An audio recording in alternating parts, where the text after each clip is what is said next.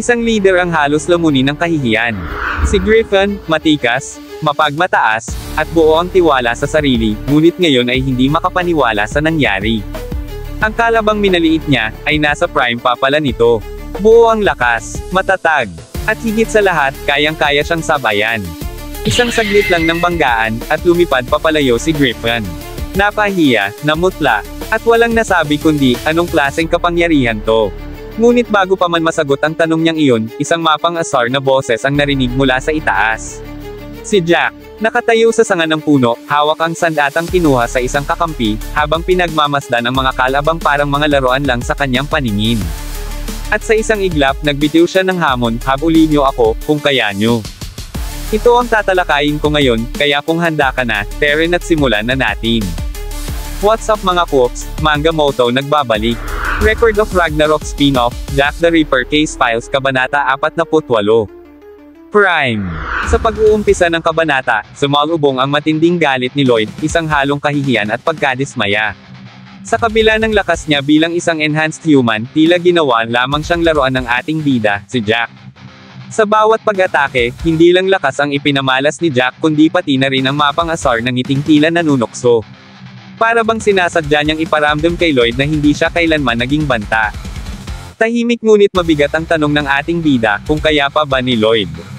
Ngunit sa likod ng katanungang iyon ay isang pagpuri, isang pagkilalang karapat-dapat lang sa isang tunay na master ng martial arts. Sa kabila ng pagkadurog ng kanyang dignidad, kinilala pa rin ni Jack ang tibay ng loob ni Lloyd. Masaya si Jack. Para sa kanya, ito ay isa lamang laro, isang laban na hindi niya kailanman itinuring na seryoso. Ngunit sa gitna ng kasiyahan niya, napansin ni Lloyd ang hindi kanais-nais na pakiramdam sa kanyang katawan. Isa sa kanyang tuhod ang biglang bumigay. Pinilit niyang tumayo, ngunit sumusuko na ang kanyang katawan. Sa sandaling iyon, naging malinaw ang lahat, may armas man o wala si Jack, walang pagkakaiba ang kalalabasan.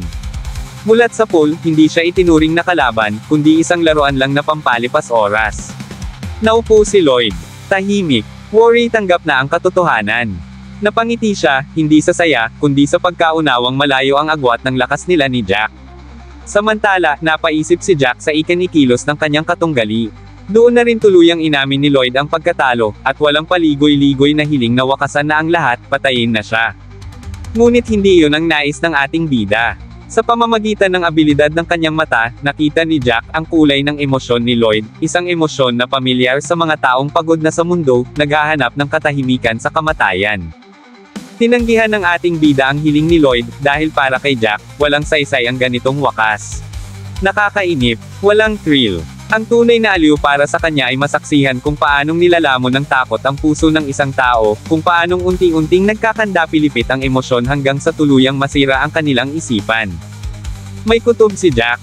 Alam niyang sa susunod nilang paghaharap, si Lloyd ay magiging mas mabagsik, mas mapanganib, at mas puno ng emosyon, isang katunggali na mas kawili-wiling makalaban. Bago tuluyang iwan ni Jack ang sugatang kalaban, muling ipinakilala ni Lloyd ang kanyang sarili. Sa malamig ngunit matatag na tinig, binalaan niya si Jack, pagsisisihan nito ang desisyong hayaan siyang mabuhay. Ngunit ngumiti lang si Jack, tila ba mas lalong na-excite sa banta. Aabangan niya ang susunod na paghaharap nila. Sa pagtatapos ng kanilang pag-uusap, ibinaling ni Jack ang kanyang atensyon sa mga kalabang nag-aabang sa kanyang likuran. Pagharap niya, nakaabang na ang 4 pang enhanced humans, alerto, seryoso, at halatang sabik sa laban. Nagpasalamat pa siya sa mga ito sa kanilang pagtitiyaga sa paghihintay. Matagal na niyang inaasam ang ganitong eksena, isang laban sa maraming kalaban, sabay-sabay, walang atrasan. Lalong nagnitngit ang 4. Ang estilo ni Jack ay hindi lang pambabastos, kundi isang paghamon sa kanilang pagkatao. Kaya't sabay-sabay silang susugod, puno ng galit at determinasyong wakasan ang arroganteng bida natin. Ngunit biglang pinigilan sila ni Jack. Sandali lang daw. May hinuhugot siyang kung ano mula sa loob ng kanyang kasuotan, isang tila simpleng pamalo, walang halong pagbabanta. Ngunit nang hilahin ito ni Jack, nagkahiwa-hiwalay ito sa mga bahagi, at pagbitaw niya ay humaba ito sa anyo ng napakaraming talam. Sa isang iglap, ang dating pamalo ay naging sandatang kahindek-hindek, isang latigong may mahahabang blade. Hinampis ito ni Jack, at ang kabilang dulo ay kumapit sa sanga ng isang puno. Habang nag-aalangan ang mga kalaban, marahang umakyat si Jack sa sanga, hawak pa rin ang sandata. Doon, mula sa itaas, nakangiti niyang ibinato ang hamon. Maglaro tayo ng isang nakakamatay na habulan. At sa mapang asar na tono, idinagdag niya. Habulin niyo ako, kung kaya niyo.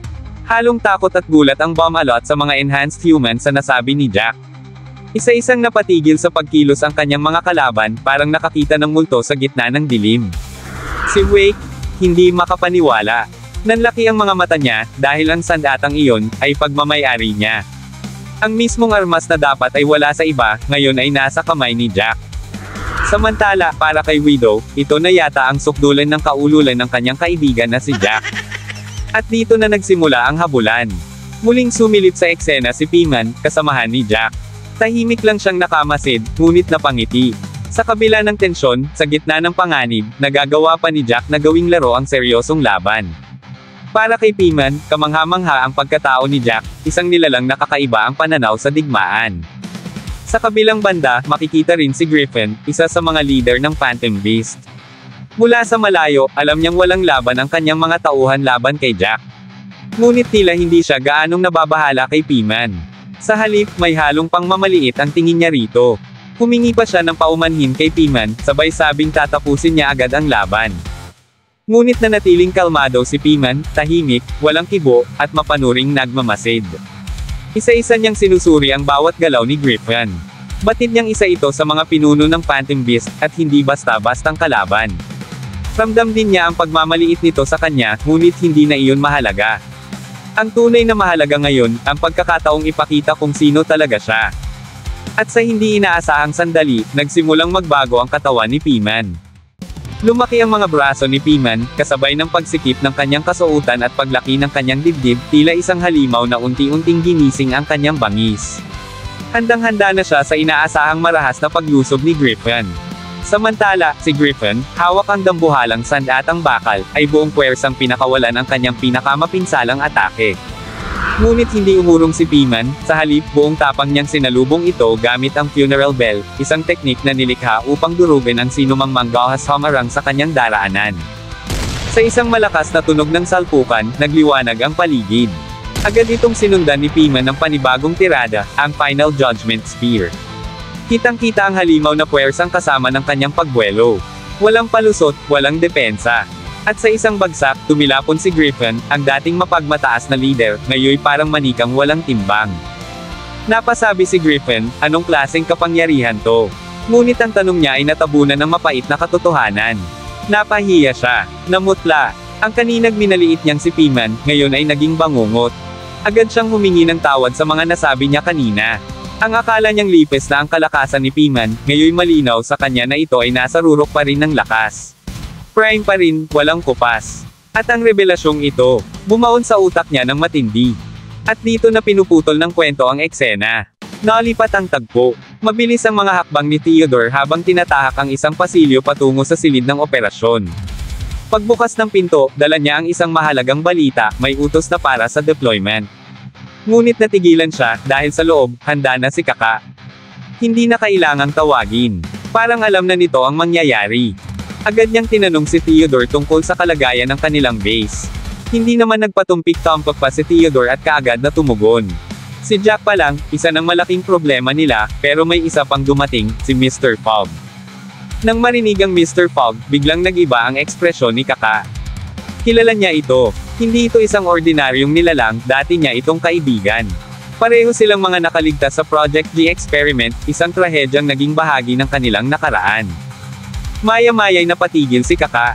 Malalim ang iniisip. Nang tanungin ni Theodore kung kaya ba niyang patayin si Mr. Fogg, hindi siya agad kumibo. Hanggang sa dahan-dahan niyang binitawan ang kanyang sagot. Hindi ito sigaw.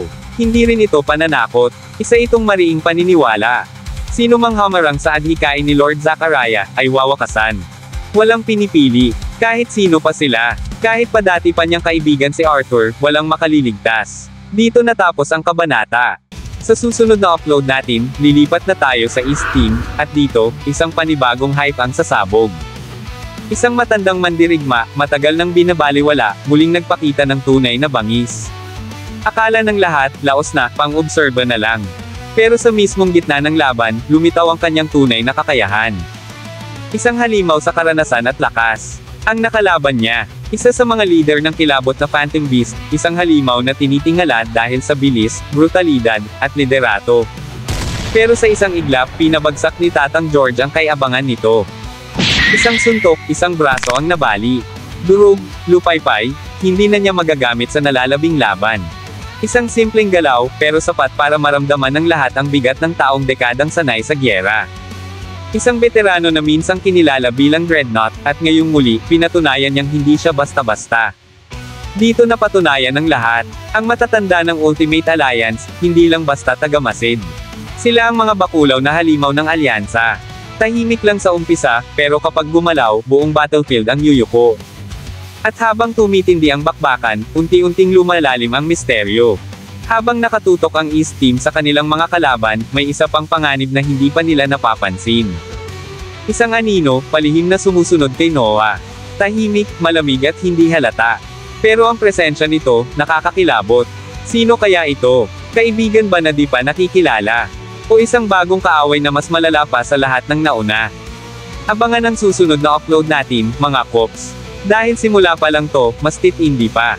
At dito na nagtapos, alam kong bitin ka sa kwentuhan natin, kaya sorry na agad. Shoutout po muna kina